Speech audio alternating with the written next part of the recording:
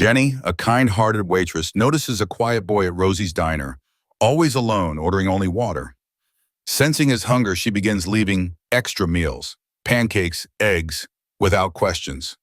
Their silent ritual grows, but whispers of judgment swirl among customers and coworkers. When the boy vanishes for weeks, Jenny's hope fades, and cruel online comments mock her kindness. Yet one morning, 4 black SUVs arrive, and a military officer steps out, holding a letter. Who is the boy? Why does the diner fall silent? What secret lies in the officer's envelope? The truth will leave you speechless. If Jenny's story of quiet kindness moved you, subscribe to our channel for more tales of compassion and courage.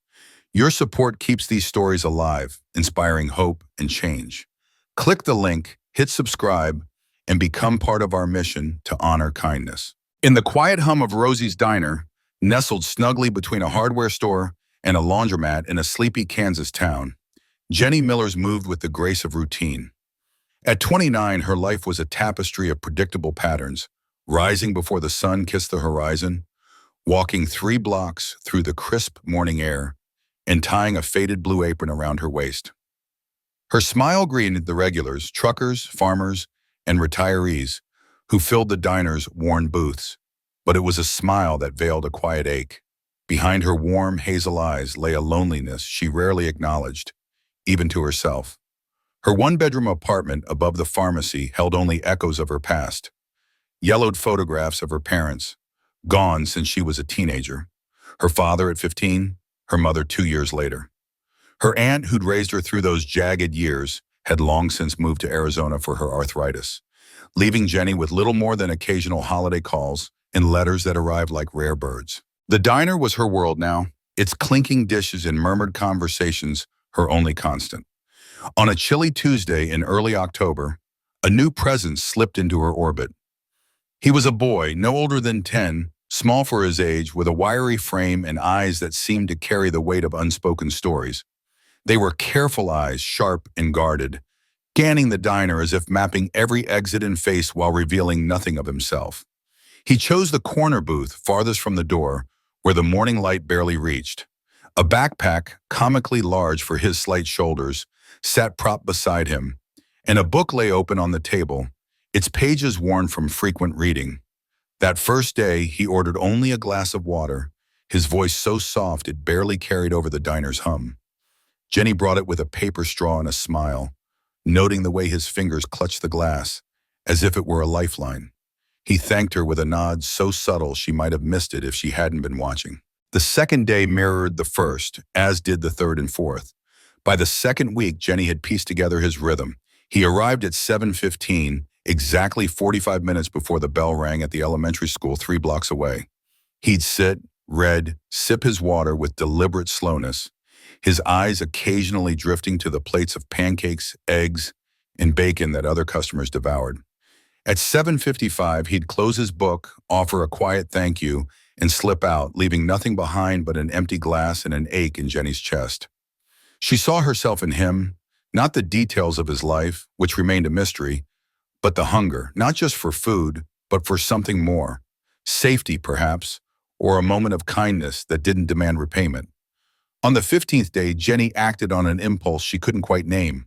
She carried a plate of pancakes to his booth, setting it down with an apologetic smile. "Oh, I'm so sorry," she said, her voice light but deliberate. "The kitchen made an extra order by mistake. I'd hate to throw it out, so I'll just leave it here." The boy's eyes flicked up, a storm of suspicion and longing swirling in their depths. For a moment, Jenny thought he might push the plate away, but hunger won out. "It's okay," she added gently, sensing his hesitation. "The cook mixes things up sometimes. Better to eat than waste, right?" She turned away before he could argue, busying herself behind the counter, but stealing glances as he picked up the fork with trembling hands. When she returned 10 minutes later, the plate was empty, and the boy's gaze was fixed on his book, his expression carefully neutral. It broke her heart, that deliberate avoidance, as if acknowledging the kindness might make it vanish. "Thank you," he whispered as she took the plate, his voice so soft it seemed to dissolve into the air. Thus began their silent ritual. Each morning, Jenny brought an extra dish, a mistake from the kitchen, she'd claim. Pancakes one day, fluffy and golden, drizzled with syrup.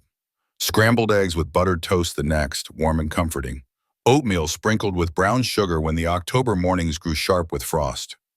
The boy never asked for anything, never offered more than a murmured thank you, but he ate with a quiet intensity, sometimes so quickly it seemed he feared the food might disappear mid-bite. Jenny watched him from behind the counter, her heart a tangle of warmth and sorrow. She wondered about his life, where he went after he left, who waited for him, if anyone did, but she never asked. His guarded demeanor, the way he scanned the room before settling into his booth, told her questions might shatter the fragile trust they'd built. The regulars began to notice.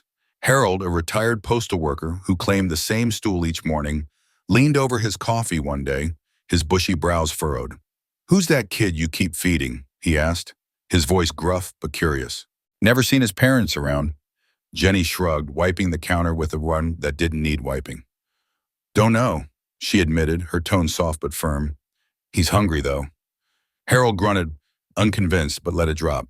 Kathy, the grill cook with a no-nonsense streak, was less subtle. She cornered Jenny in the back room after the third week, her arms crossed. "You're feeding a stray," she said, her tone not unkind but heavy with pragmatism. "You keep giving handouts, he'll never learn gratitude. One day he'll just vanish. They always do." Jenny didn't argue. She met Kathy's gaze, her own steady despite the lump in her throat. "It's fine," she said quietly. "I was that hungry once too." It was the most she'd ever shared about herself in her 3 years at Rosy's, and the words hung in the air, raw and unguarded. Kathy softened, just a fraction, and turned back to her grill without another word. The boy remained a mystery. He never offered his name, and Jenny never pressed. His careful movements, the way he eased into the booth, the way he scanned the room before opening his book, spoke of a life lived on edge, where trust was a luxury he couldn't afford. Yet in the quiet of their routine, something unspoken grew. Jenny felt it in the way her mornings brightened when she saw his small figure slip through the door, in the way her heart lifted when he took that first hesitant bite. For the Bakwai, the diner became a haven, a place where the world's sharp edges softened, if only for 40 minutes each day. The pancakes, the eggs, the oatmeal, they were more than food. They were a promise, fragile but real, that someone saw him, that someone cared. Then came the morning when everything changed. The diner's usual hum fell silent as 4 sleek black SUVs rolled up outside, their polished surfaces gleaming under the pale October sun. Every head turned, forks paused mid-air, as a man in a crisp military dress uniform stepped out of the lead vehicle. He held a folded letter, its edges pristine, and his expression was one of solemn purpose. The air in the diner grew heavy, charged with questions no one dared voice. Who were they? Why were they here? And when a woman, someone the regulars knew but whose name no one could quite place, stepped out of the diner, why did every soul in the room rise to their feet, as if drawn by some unspoken command? The moment hung suspended, a puzzle with pieces no one could yet fit together. But Jenny's eyes were locked on the boy, whose careful gaze had turned to something else entirely. Fear, or perhaps recognition, flickering in the depths of his silent stare. He positioned himself at the counter booth, where the light from the diner's wide window mingled with the shadow of the door, giving him a clear view of both exits. His eyes, sharp and guarded, flickered toward the entrance every time the bell above it chimed. When Jenny first approached him, her notepad poised and her smile soft, he'd muttered that questions would only push him away. His voice low, almost lost beneath the hum of the morning crowd. She didn't press him.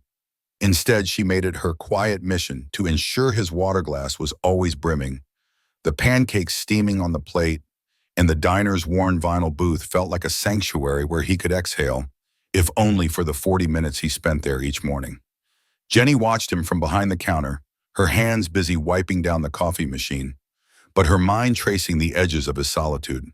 When the diner fell quiet, the clatter of dishes fading, and the boy lost in the pages of a tattered paperback, her thoughts would wander. Was he from the neighborhood, tucked away in some nearby apartment?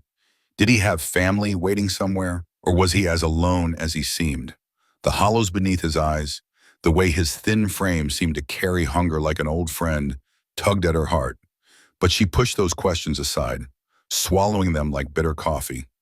She'd learned long ago that kindness with strings attached wasn't kindness at all. It was a transaction.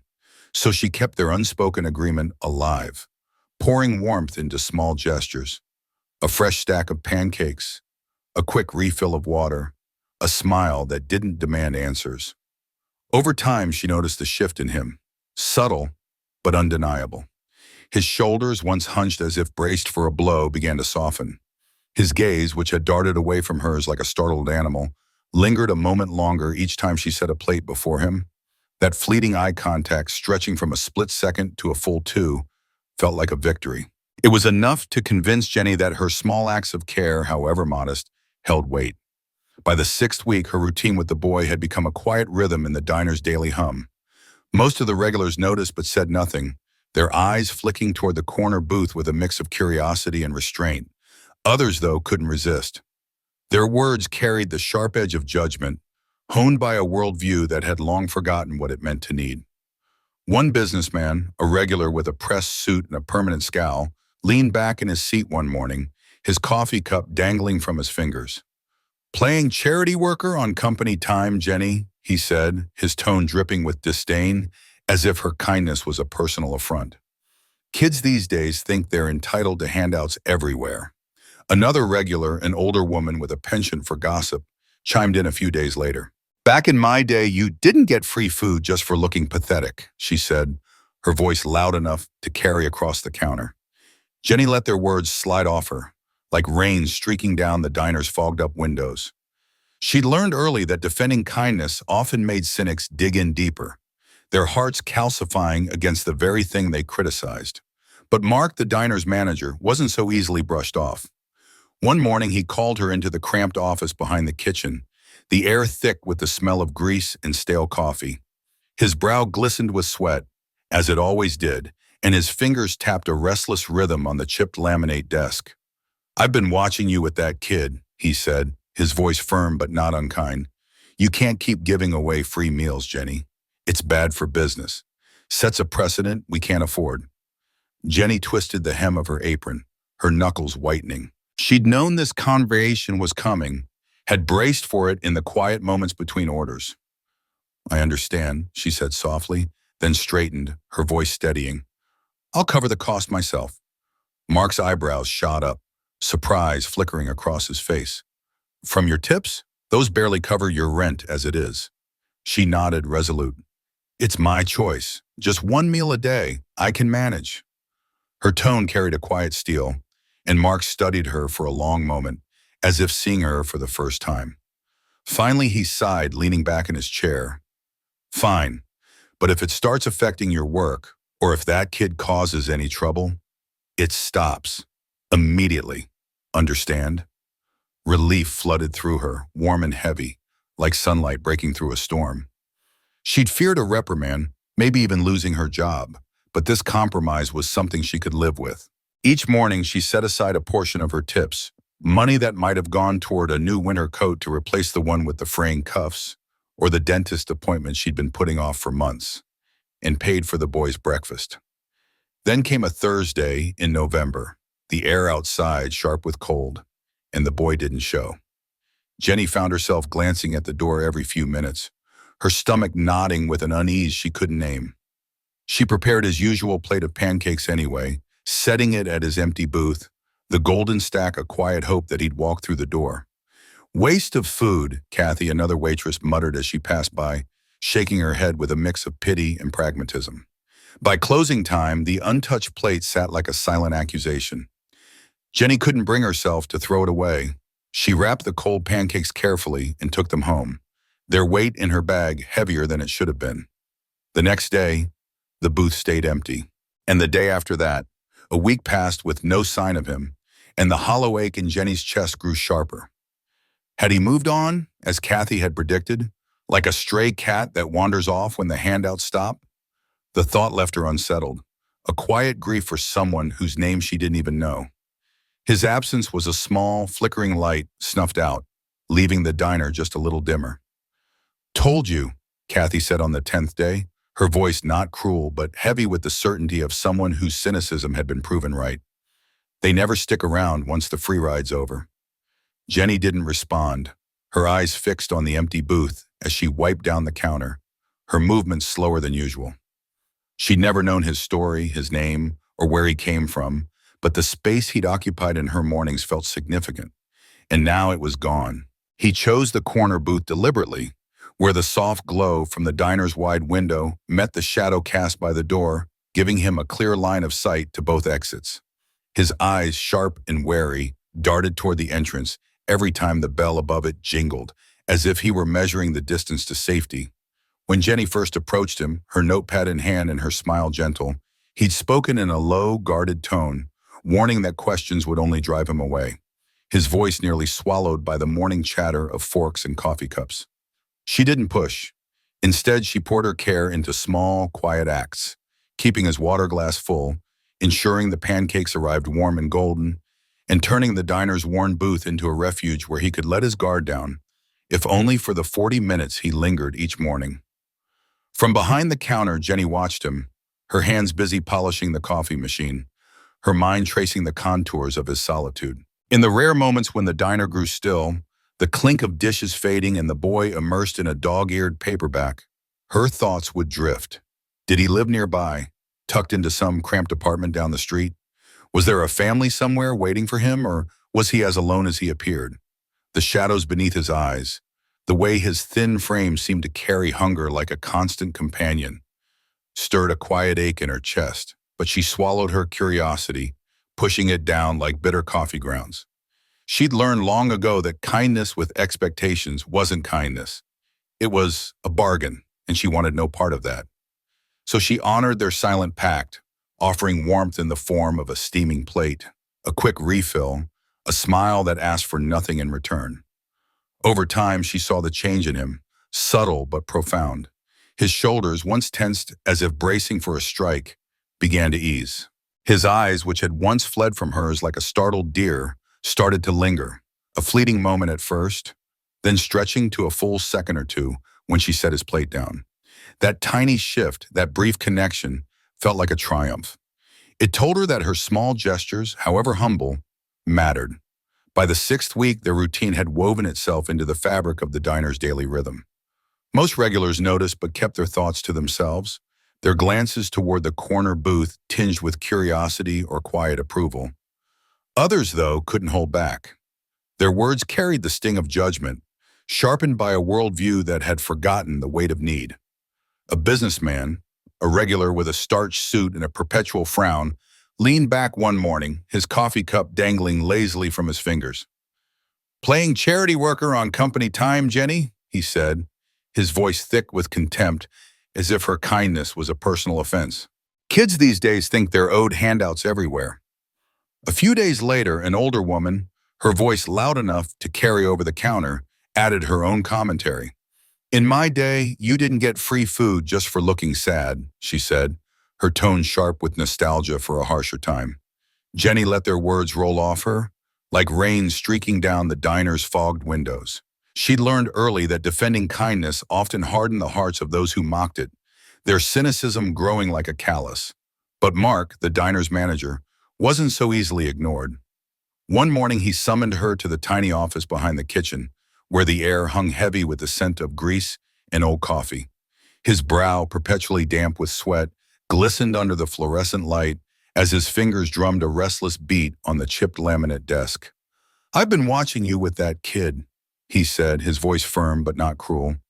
"You can't keep giving away free meals, Jenny. It's bad for business. Sets a precedent we can't sustain." Jenny twisted the hem of her apron, her knuckles whitening as she braced for what might come next. She'd anticipated this moment, had replayed it in her mind during the quiet lulls between orders. "I understand," she said softly, then squared her shoulders, her voice steadying with resolve. "I'll cover the cost, myself." Mark's eyebrows shot up, surprise flickering across his face. "From your tips? Those barely cover your rent as it is." She nodded, unwavering. "It's my choice, just one meal a day. I can manage."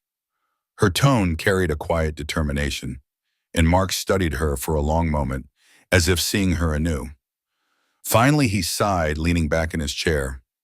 Fine, but if it starts affecting your work, or if that kid causes any trouble, it stops immediately.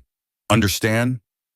Relief surged through her, warm and grounding, like sunlight piercing a storm cloud. She'd feared a reprimand, maybe even losing her job, but this compromise was something she could bear. Each morning, she set aside a portion of her tips, money that might have bought a new winter coat to replace the one with fraying cuffs, or paid for the dentist appointment she'd been delaying for months, and covered the cost of the boys' breakfast. Then came a Thursday in November, the air outside biting with cold, and the boy didn't appear. Jenny found herself glancing at the door every few minutes, her stomach twisting with an unease she couldn't name. She prepared his usual plate of pancakes anyway, setting it at his empty booth, the golden stack a quiet prayer that he'd walk through the door. Waste of food, Kathy, another waitress, muttered as she passed by, her head shaking with a mix of pity and practicality. By closing time, the untouched plate sat like a silent rebuke, the pancakes cold and heavy. Jenny couldn't bring herself to toss them out. She wrapped them carefully and took them home, their weight in her bag heavier than it should have been, a tangible reminder of his absence. The next day the booth remained empty, and the day after that, a week passed with no sign of him, and the hollow ache in Jenny's chest grew sharper, more insistent. Had he moved on, as Kathy had predicted, like a stray cat that vanishes when the handouts stop? The thought left her with a quiet grief, a mourning for someone whose name she'd never known, whose story she'd never heard. His absence was a small, flickering light extinguished, leaving the diner just a little dimmer, the air a little colder. Told you, Kathy said on the 10th day, her voice not unkind but heavy with the certainty of someone whose pessimism had been proven right. They never stick around once the free ride's over. Jenny didn't reply, her eyes fixed on the empty booth as she wiped down the counter, her movements slower, heavier. She'd never known his name, his story, or where he'd come from, but the space he'd occupied in her mornings had mattered. And now it was gone. The empty booth in the corner of Rosy's diner sat like a silent monument to hope, its cracked red vinyl seats holding the ghost of a routine Jenny couldn't quite let go. Every few days, she'd set out a plate of food, nothing extravagant, maybe a stack of pancakes or a sandwich with a side of fries, and leave it there just in case. The ritual had started months ago, born from a quiet instinct she couldn't explain, a need to offer something to someone who might need it more than she did. The next morning, though, the world showed her what it thought of her kindness. Jenny had been wiping down the counter when she saw the photos circulating on her phone. Someone had snapped pictures of that empty booth, the plate of food untouched, and posted them to a local Facebook group. The caption cut like a knife. Rosy's Diner now serving imaginary charity cases. The comments below were a venomous pile-on, each one sharper than the last. Publicity stunt, plain and simple. Bet they're tossing that food in the trash while pretending it's for some poor kid. Feeding strays just makes them dependent. That waitress needs to wake up to reality. Next time some weird kid comes near you, watch out. You're being played. The words burrowed into her, each one a pinprick of doubt that swelled into a bruise by the time she got home. Jenny had always thought of herself as someone who didn't bend under the weight of others' opinions. She'd weathered plenty in her life. Lean years, whispered judgments, the ache of loss, and come out steady. But that night, alone in her small apartment, the cruelty of those strangers' words gnawed at her. She sat on the edge of her bed, staring at the worn rug under her feet, her mind spiraling. Was she naive to help a kid she didn't even know? Had she been fooling herself, seeing a chance to fix something in her own past through a stranger's hunger? The questions churned, heavy and unanswered, until she couldn't sit still any longer. Seeking an anchor, she crossed the room to the small wooden box on her dresser, its edges softened by years of careful handling.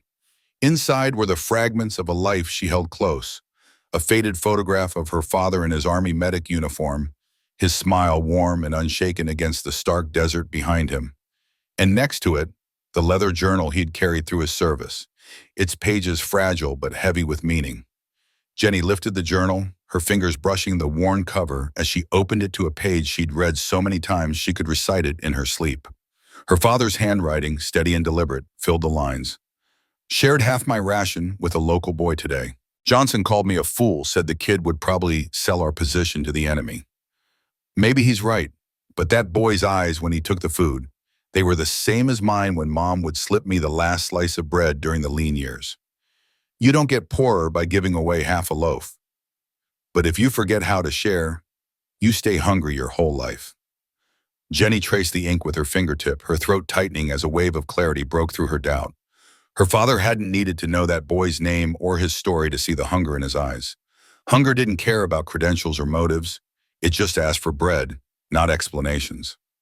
Jenny closed the journal, her resolve hardening. She didn't need to know the kid who'd started this ritual, the one who'd stopped coming weeks ago. She didn't need to know his name or where he'd gone. What mattered was that, for a while, someone had walked away from that booth a little less empty. If even one person believed that small acts could ripple outward, could change a life in ways no one could measure, then it was enough. She typed hope into the comments section of that cruel post before shutting her phone off for the night. By the morning of the boy's 23rd absence, Jenny's hope had softened into something quieter, a habit more than an expectation. She still glanced at the door around 7:15 a.m., her heart giving a faint tug, but the sharp anticipation had dulled into a gentle ache. Still, she couldn't bring herself to stop entirely. She prepped a small plate of pancakes, golden and warm, and set it at the booth, the same way she always did. The diner hummed around her, locals chatting over coffee, the clink of silverware, the sizzle of bacon on the grill, until at 9:17 a.m., the world seemed to pause. A sudden hush fell over the diner, the kind that makes you look up without knowing why. Jenny was refilling coffee for a couple by the window when she noticed it. 4 black SUVs with government plates rolling into the parking lot. They moved with a precision that felt almost choreographed, arranging themselves in a neat semicircle at the entrance. Conversations trailed off mid-sentence. Forks hovered over plates. Outside, a handful of pedestrians slowed to gawk as men in crisp uniforms stepped out, standing at attention by each vehicle. From the lead SUV emerged a man who seemed to pull the air around him into focus.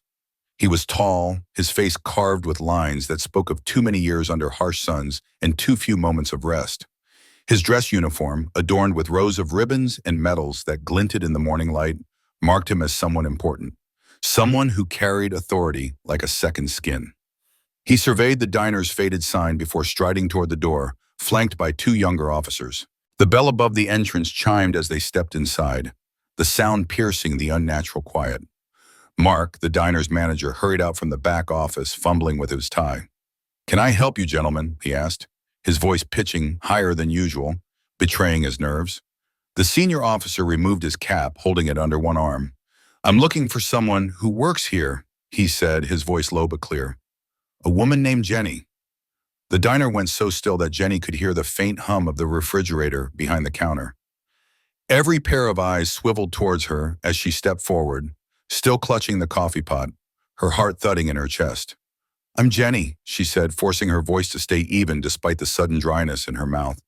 The lump in Jenny Miller's throat felt like a stone, heavy and unyielding, as she stood behind the diner counter, her hands gripping the edge of a coffee pot that trembled ever so slightly.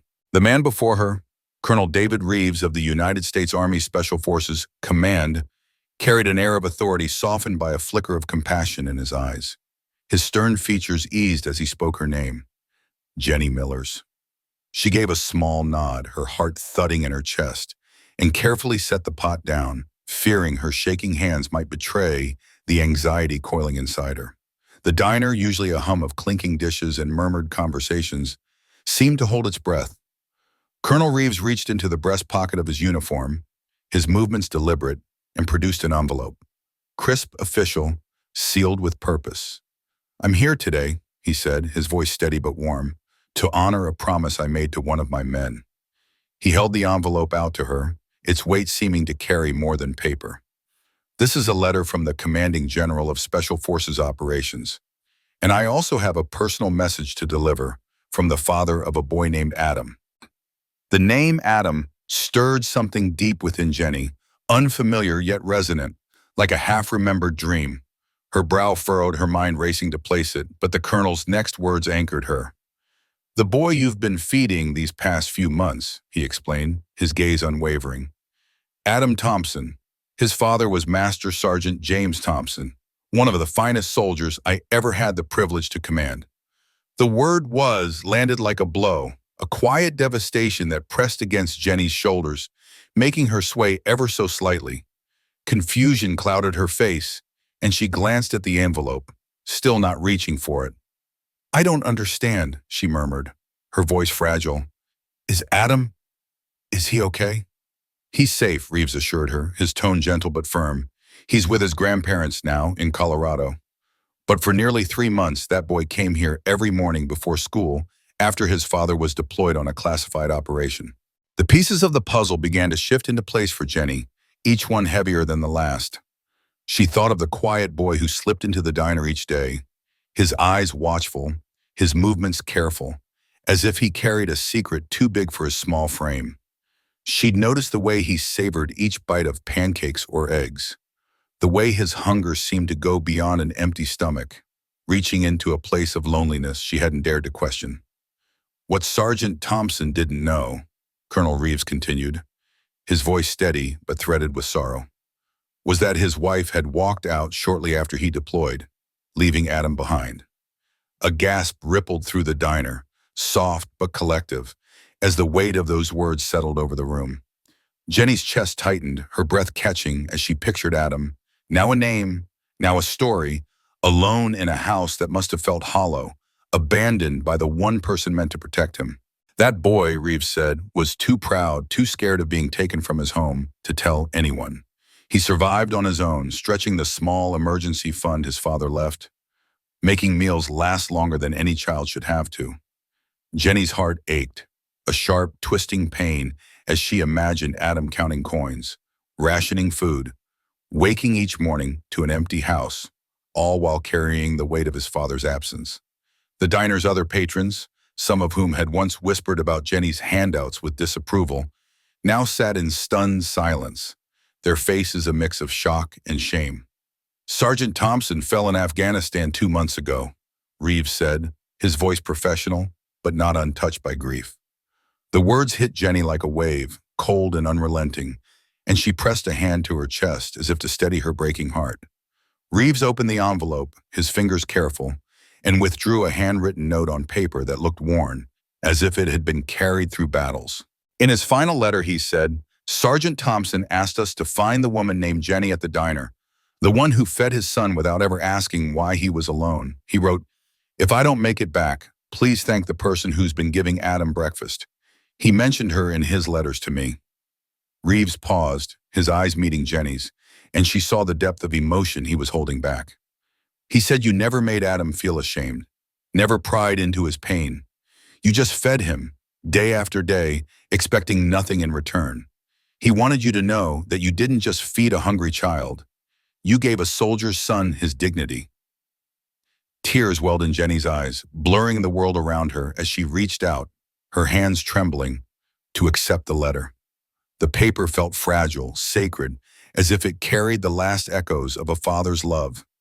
Reeves' voice seemed to come from a distance as he continued. That letter was read at Sergeant Thompson's memorial service. When Adam finally opened up and told us about you, the entire Special Forces community vowed to find you, to thank you in person. His voice faltered for a moment, a rare crack in his composure. What you did for the child of one of our own, without even knowing who he was, that means more to us than words can express.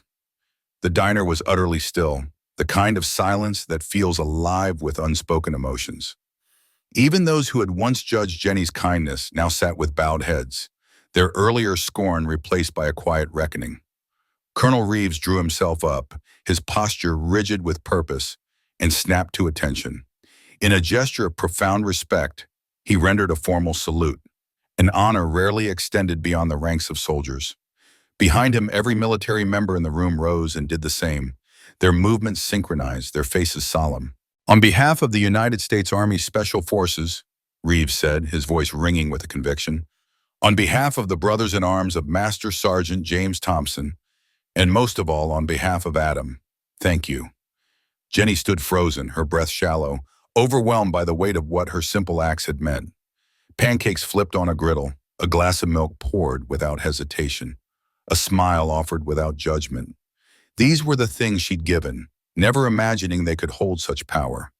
She thought of Adam, his small frame hunched over the counter, and of his father, fighting far from home, clinging to the knowledge that his son was cared for. "I didn't know," she whispered, her voice breaking. I couldn't let him go hungry." Colonel Reeves nodded, his eyes softening with understanding.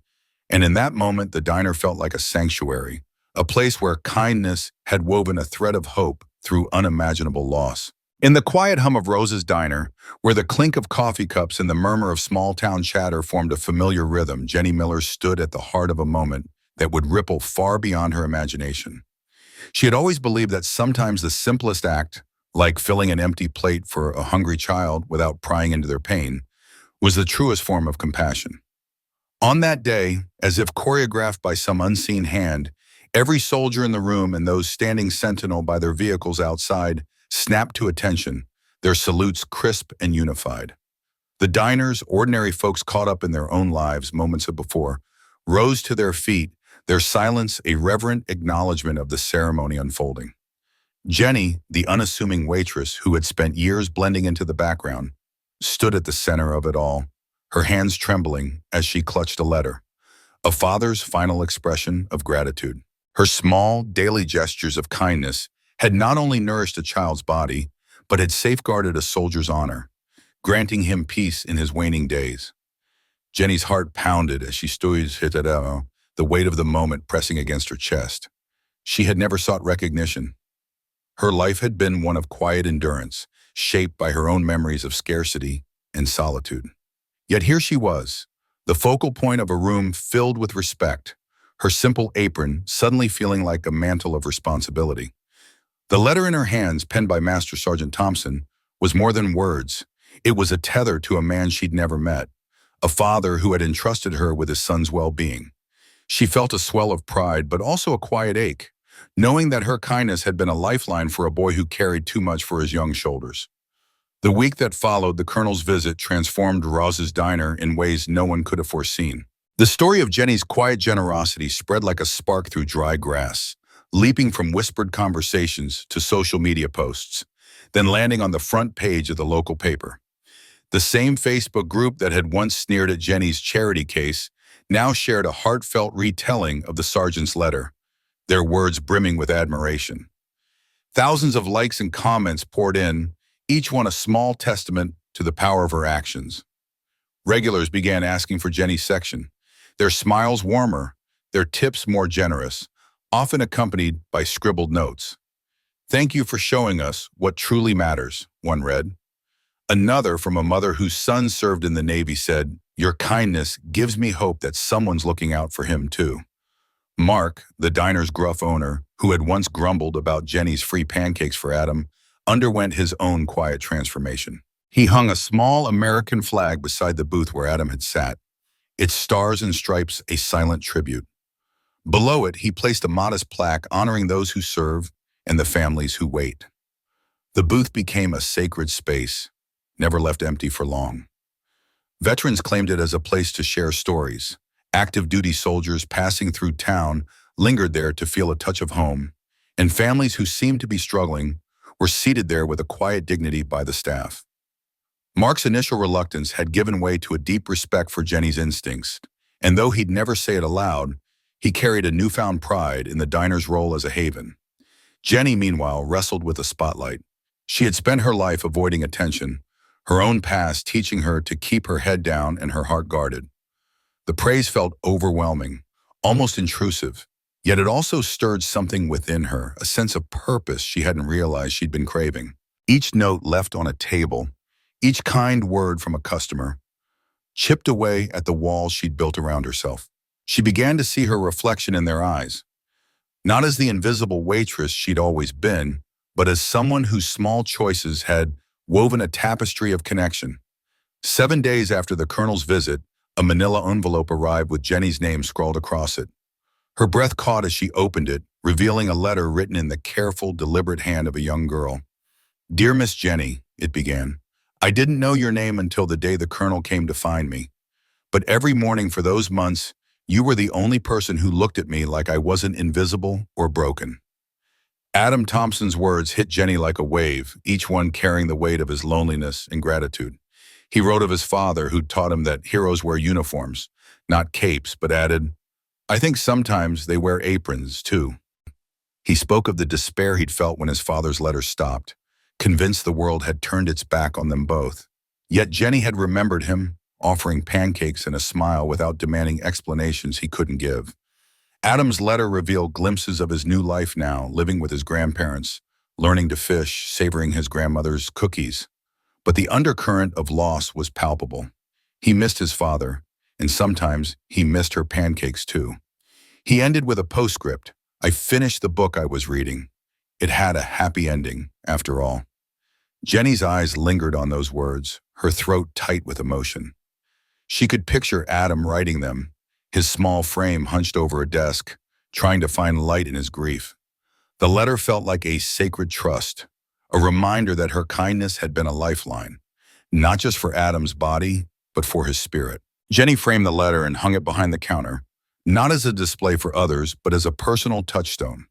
When customers asked about it, she'd offer a soft smile and say, just a thank you note from a special friend. She didn't want to share Adam's story, it was his to tell, but she needed the letter's presence to ground her, to remind her why she kept showing up, day after day. The diner's connection to the military communities grew stronger, drawing soldiers who detoured to visit, leaving behind unit coins and patches. These tokens found a home on a bulletin board behind the counter, a growing collage of gratitude that spoke of lives touched across the globe. 3 months later, a school group visited the diner after a field trip, their chatter filling the space with youthful energy. An 8-year-old girl with wide, searching eyes watched Jenny as she refilled water pitchers. My dad says you're a hero, the child declared, her voice clear and unfiltered. Do you feel like one? Jenny paused, her heart catching at the question's innocence. She knelt to meet the girl's gaze, her own eyes warm with understanding. No, sweetheart, she said softly. I'm just someone who knows what it feels like to be hungry. The girl's teacher, who'd overheard, added quietly, not just for food. Jenny looked up, meeting the woman's knowing gaze. There was a shared recognition in that moment, a quiet acknowledgement of the many shapes hunger could take. Loneliness, fear, the ache of hope. Jenny nodded, a gesture that felt like a promise to keep meeting those hungers with whatever she had to give. As summer loomed on the horizon, she felt a quiet strength settling within her, ready to carry her into whatever came next.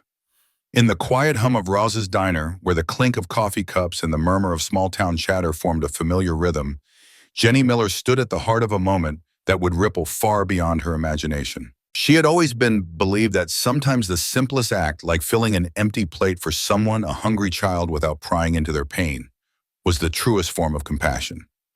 On that day, as if choreographed by some unseen someone movement hand, every soldier in the room and those standing sentinel by their vehicles outside snapped to attention, their salutes crisp and unified.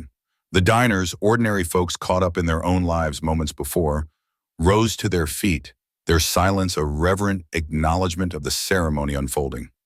Jenny, the unassuming waitress, who had spent years blending into the background, stood at the center of it all, her hands trembling as she clutched a letter, a father's final expression of gratitude. Her small daily gestures, konnichiwa, oyenki desu ka, of kindness had not only nourished a child's body, but had safeguarded a soldier's honor, granting him peace in his waning days. Jenny's heart pounded as she stood there, the weight of the moment pressing against her chest. She had never sought recognition. Her life had been one of quiet endurance, shaped by her own memories of scarcity and solitude. Yet here she was, the focal point of a room filled with respect, her simple apron suddenly feeling like a mantle of responsibility. She felt a swell of pride, but also a quiet ache, knowing that her kindness had been a lifeline for a boy who carried too much for his young shoulders. The letter in her hands, penned by Master Sergeant Thompson, was more than words. It was a tether to a man she'd never met, a father who had entrusted her with his son's well-being. She felt a gratitude swell for of him, pride, but also a quiet ache for the boy who he'd carried left so behind much. The week that followed the Colonel's visit transformed the Rose's diner in ways no one could have foreseen. The story of Jenny's quiet generosity spread like wildfire, leaping from whispered conversations to social media posts, then landing on the front page of the local paper. The same social Facebook media group that had once sneered about at Jenny's charity case now shared a heartfelt retelling of the sergeant's letter, their words brimming with admiration. Thousands of likes and comments poured in, each one a small testament to the power of her actions. Regulars began asking for Jenny's section, their smiles warmer, their tips more generous than, often accompanied by scribbled notes. "Thank you for someone who's showing us what truly matters," one read. Another, from a mother whose son served in the Navy, said, "Your kindness gives me hope that someone's looking out for him too." Mark, the diner's gruff owner, who had once grumbled about Jenny's free pancakes for Adam, underwent his own quiet transformation. He hung a small American flag beside the booth where Adam had sat, its stars and stripes a silent tribute. Below it, he placed a modest plaque honoring those who served and the families who waited served. The booth became a sacred space, a silent reminder never of left empty. It was claimed by veterans sharing stories, active duty soldiers seeking a touch of home, and families who seemed to be struggling, treated with quiet dignity by the staff. Mark's initial reluctance had given way into a deep respect for Jenny's instincts, and though he'd never say it aloud, he carried a newfound pride in the diner's role as a haven. Jenny, meanwhile, wrestled with the spotlight. She had spent her life avoiding attention, her own past teaching her to keep her head down and her heart guarded. The praise felt overwhelming, almost intrusive, yet it also stirred something within her, a sense of purpose she hadn't realized she'd been craving. Each note left on a table, each kind word from a customer, chipped away at the walls she'd built around herself. She began to see her own reflection in their eyes, not as the invisible waitress she'd always been, but as someone whose small choices had woven a tapestry of connection. 7 days after the Colonel's visit, a manila envelope arrived with Jenny's name scrawled across it. Her breath caught as she opened it, revealing a letter written in the careful, deliberate hand of a young boy child. "Dear Miss Jenny," it began, "I didn't know your name until the day the Colonel came to find you. But every morning for those months, you were the only one person who looked at me like I wasn't invisible or broken." Adam Thompson's words hit Jenny like a wave, each one carrying the weight of his loneliness and gratitude. He wrote of his father, who'd taught him that heroes wore uniforms, not capes, but added, "I think sometimes they wear aprons too." He spoke of the despair he'd felt when his father's letters stopped, when he thought convinced the world had turned its back on them both. Yet Jenny had remembered him, offering pancakes and a smile without demanding explanations he couldn't give. Adam's letter revealed glimpses of his new life now, living with his grandparents, learning to fish, savoring his grandmother's cookies. But an undercurrent of loss was palpable. He missed his father, and sometimes he missed her pancakes too. He ended with a postscript, "Thank you for not asking questions when I couldn't answer them. I finished the book I was reading. It had a happy ending after all." Jenny's eyes lingered on those words, her throat tight with emotion. She could picture him writing them, his small frame hunched over a desk, trying to find light in his grief. The letter felt like a sacred trust, a reminder that her kindness had been a lifeline, not just for his body, but for his spirit. Jenny framed the letter and hung it behind the counter, in a quiet space, not for display, but as a personal touchstone. When customers asked about it, she'd offer a soft smile and say, "Just a thank you note from someone special." She didn't want to share Adam's story, it was his to tell, but she needed the letter's presence to ground her, to remind her why she kept showing up, day after day. The diner's connection to the military communities grew stronger, drawing soldiers who detoured to visit, leaving behind unit coins and or patches as tokens of gratitude. These tokens found a home on a small bulletin board behind the counter, a growing collage of gratitude that spoke of lives touched across the globe. 3 months later, a school group visited to the diner after lunch, a field trip, their chatter filling the space with youthful energy. And young 8-year-old girl with wide, searching eyes watched and studied Jenny's as she refilled water pitcher's glasses. My dad says you're a hero, the child declared proudly. Proudly, her voice clear and unfiltered. Do you feel like one? Jenny paused, her heart catching at the question's innocence. She knelt to meet the girl's gaze, her own eyes softening. Warm with no, sweetheart, she said softly. I'm just someone who didn't know what it feels like to be hungry. The girl's teacher, who'd overheard nearby, added quietly, not just for her food. Jenny looked up, meeting her the woman's knowing gaze, a shared recognition of the many shapes hunger could take. Loneliness, fear, the ache for hope. Jenny nodded, a gesture that felt a promise to keep meeting those hungers with whatever she had to give. As summer loomed on the horizon, she felt a quiet strength settling within her, ready to carry her into whatever came next. The diner had become a beacon of hope one crisp autumn evening when it opened its doors for a fundraiser dedicated to military families. The community poured in, their generosity swelling until they'd raised enough to create a modest emergency fund for the children left behind by deployed parents. Every dollar donated carried the weight of shared sacrifice, a quiet promise to those young hearts waiting for their loved ones to return. Amid the clinking glasses and warm laughter, Mark, the diner's gruff owner, did something no one expected. He stood up, cleared his throat, and announced he'd personally match every cent raised.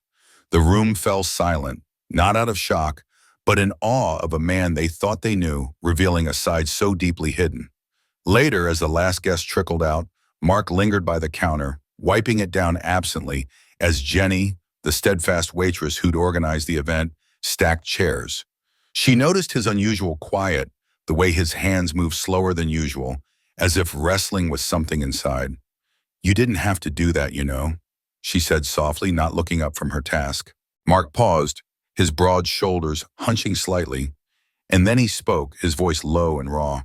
You got to meet Jenny. All this, your stubborn way of never giving up on people. It stirred something. He leaned against the counter, staring at the worn linoleum floor as if it held answers. My dad used to feed every kid who showed up at our door. Strays, he called them, drove my mom up the wall. I never got why he did it. Thought it was just him being soft, but tonight, I think I see it. A plate of food can be more than just something to fill your stomach. It's a way of saying someone matters. Jenny listened, her heart swelling with a mix of pride and tenderness. She'd always seen flickers of kindness in Mark, buried beneath his brusque exterior. But hearing him lay it bare felt like a gift.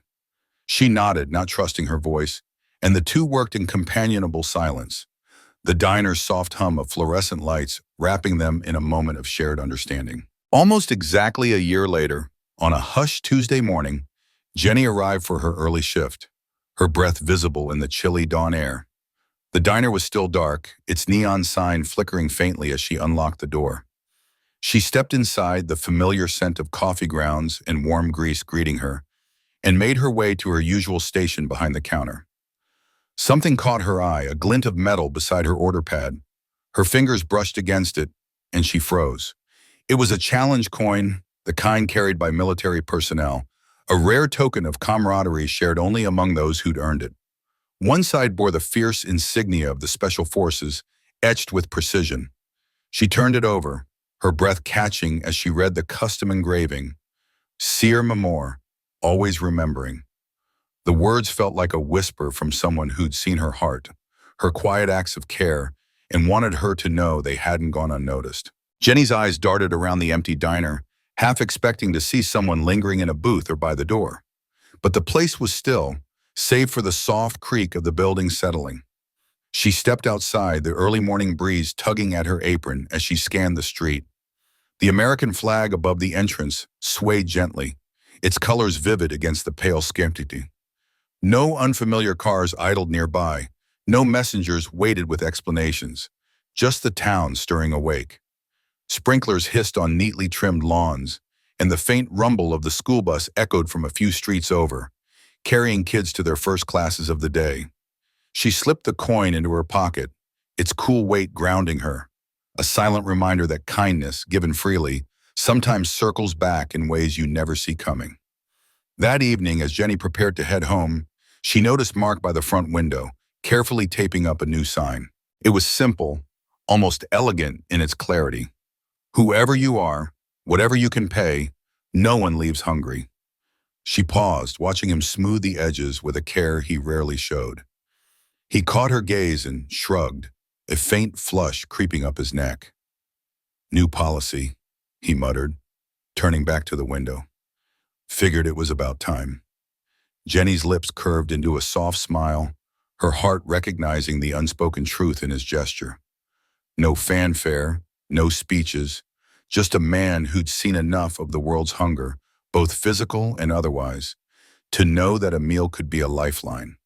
She felt a quiet pride in him, in the diner, in the way they'd both come to understand that kindness didn't need to ask questions or demand recognition. It just needed to act. As she walked home under the fading light of dusk, the challenge coin pressed against her thigh, a steady presence in her pocket. Her thoughts drifted to Adam, the boy who'd first wandered into the diner a year ago, his small frame carrying the weight of his father's absence. Now living with his grandparents in Colorado, he was growing up, holding tight to his father's memory. Jenny hoped, prayed even, that he also carried the knowledge that kindness could bloom in the unlikeliest places, like a warm meal served without judgment or a stranger's quiet care in a moment of despair.